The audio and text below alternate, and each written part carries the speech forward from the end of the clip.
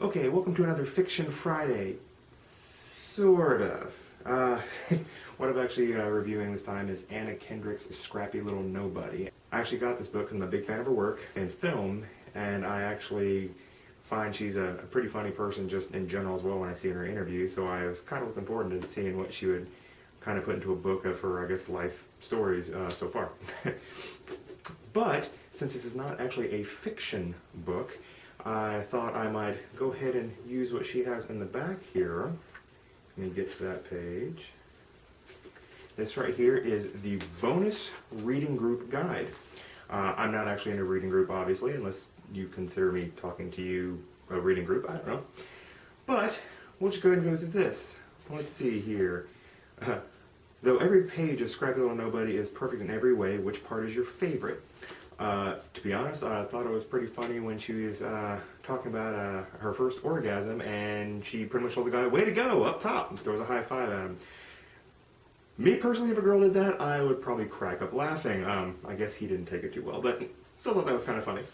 Discuss the metaphor of Anna moving to Los Angeles without a motor vehicle. Was this an illustration of her tendency to self-sabotage, or did she just not look at a map of the city before she moved like an idiot? Well, does it have to be just one of those two? Perhaps she thought she'd make it big instantly and have a chauffeur.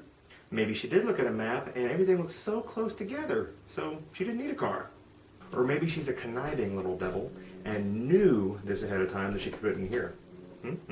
Alright, we got, why do you think Anna chose to disclose her childhood affiliation with the KKK? Was the guilt finally too much for her, or is she trying to make white supremacy feel accessible and fun for a new generation?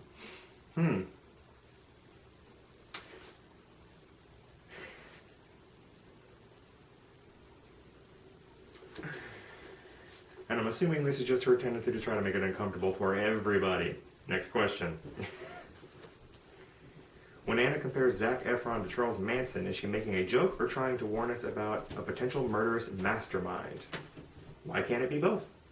Joker is a murder mastermind, but he also cracks a lot of jokes. He's a pretty funny guy.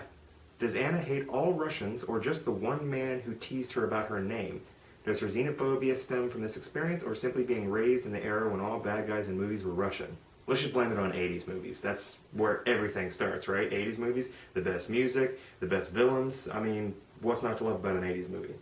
The book opens with the author's mother wishing for a few stories in which Anna comes across as thoughtful and or generous. Did Anna's mother get her wish? Was there a single story where Anna didn't seem eminently punchable?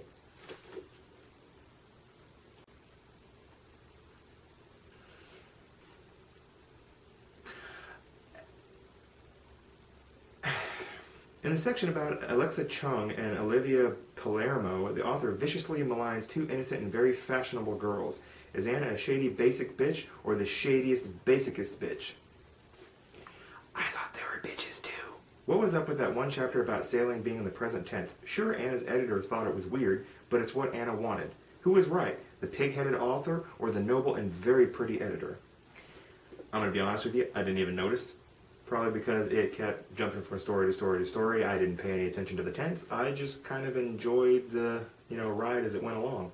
Maybe Anna wishes she was still on that boat, and so she's talking in present tense to put her back there again.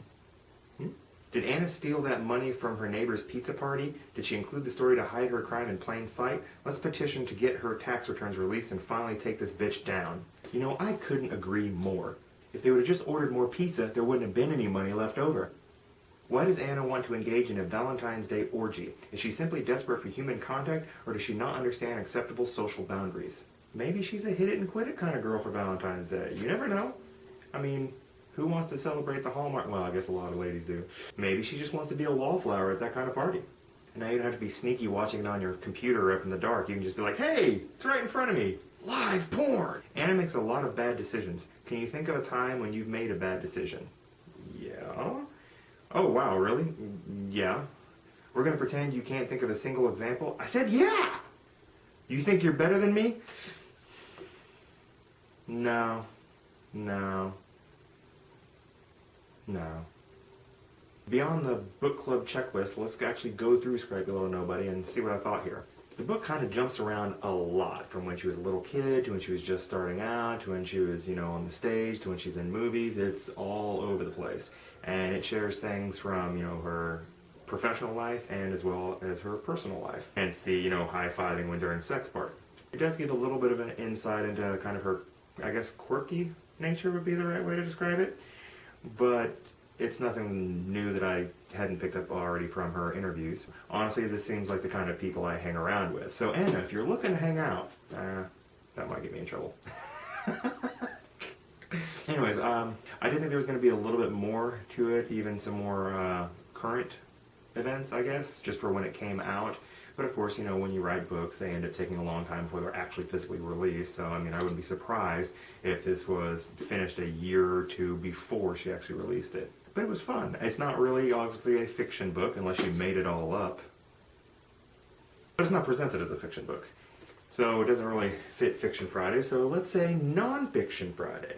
But still, I enjoyed it. I'm a fan of the not-so-appropriate humor and the wisecracks. It's the kind of people I put myself around, so. In the end, I think it was worth the purchase. It was worth the read. I guess I didn't really actually purchase it. It was a Christmas gift.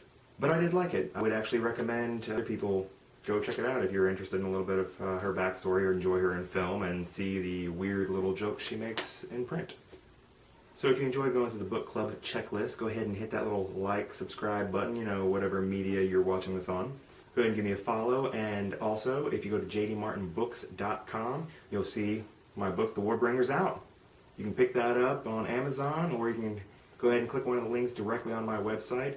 You can also pick up a Fiction Friday shirt or a Reading is Power shirt while you're there. So I hope you enjoyed this, and you guys keep reading.